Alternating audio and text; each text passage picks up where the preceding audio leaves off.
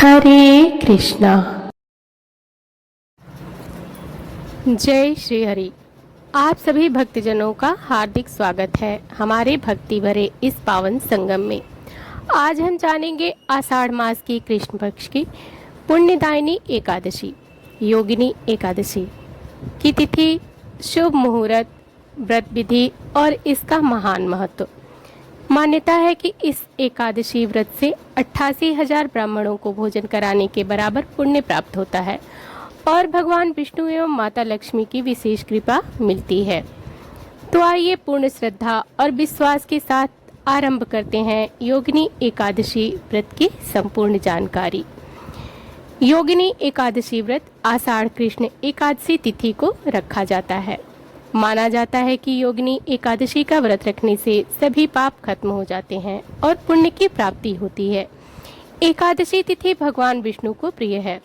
इस दिन उनकी पूजा आराधना की जाती है।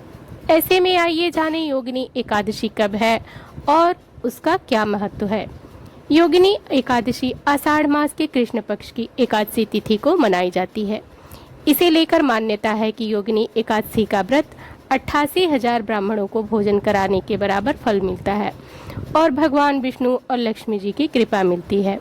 योगिनी एकादशी व्रत का महात्म्य इस प्रकार है कि इसका व्रत करने से न सिर्फ पाप कर्मों का नाश होता है, बल्कि अगर किसी का श्राप मिला है तो उसका भी निवारण हो जाता है। ऐसी पुण्यदायी योगिनी एकादशी का व्रत कब रखा जाता है और इसकी सही तिथि, शुभ मुहूर्त और महत्व क्या है, आइए विस्तार से जानते हैं। योगिनी एकादशी का व्रत का शुभ मुहूर्त है। योगिनी एकादशी आषाढ़ मास के कृष्ण पक्ष की एकादशी तिथि को मनाई जाती है। पंचांग के अनुसार आषाढ़ कृष्ण एकादशी तिथि 21 जून शनिवार को सुबह 7:19 पर शुरू होगी और 22 जून को सुबह 4:28 पर समाप्त होगी।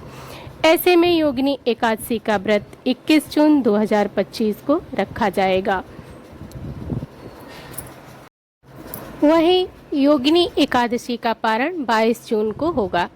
योगिनी एकादशी व्रत के पारण का शुभ मुहूर्त 22 जून रविवार को दोपहर 1:47 से शाम 4:35 के बीच मिलेगा। पारण तिथि पर हरिवासर समाप्त होने का समय सुबह 9:41 पर है। योगिनी एकादशी का अश्विनी नक्षत्र और अतिगंड योग बन रहा है। इसके अलावा योगिनी एकादशी पर अभिजीत मुहूर्त दोपहर 11:59 से 12:47 तक रहेगा, जबकि अमृतकाल दोपहर 1:12 से 2:40 तक रहेगा।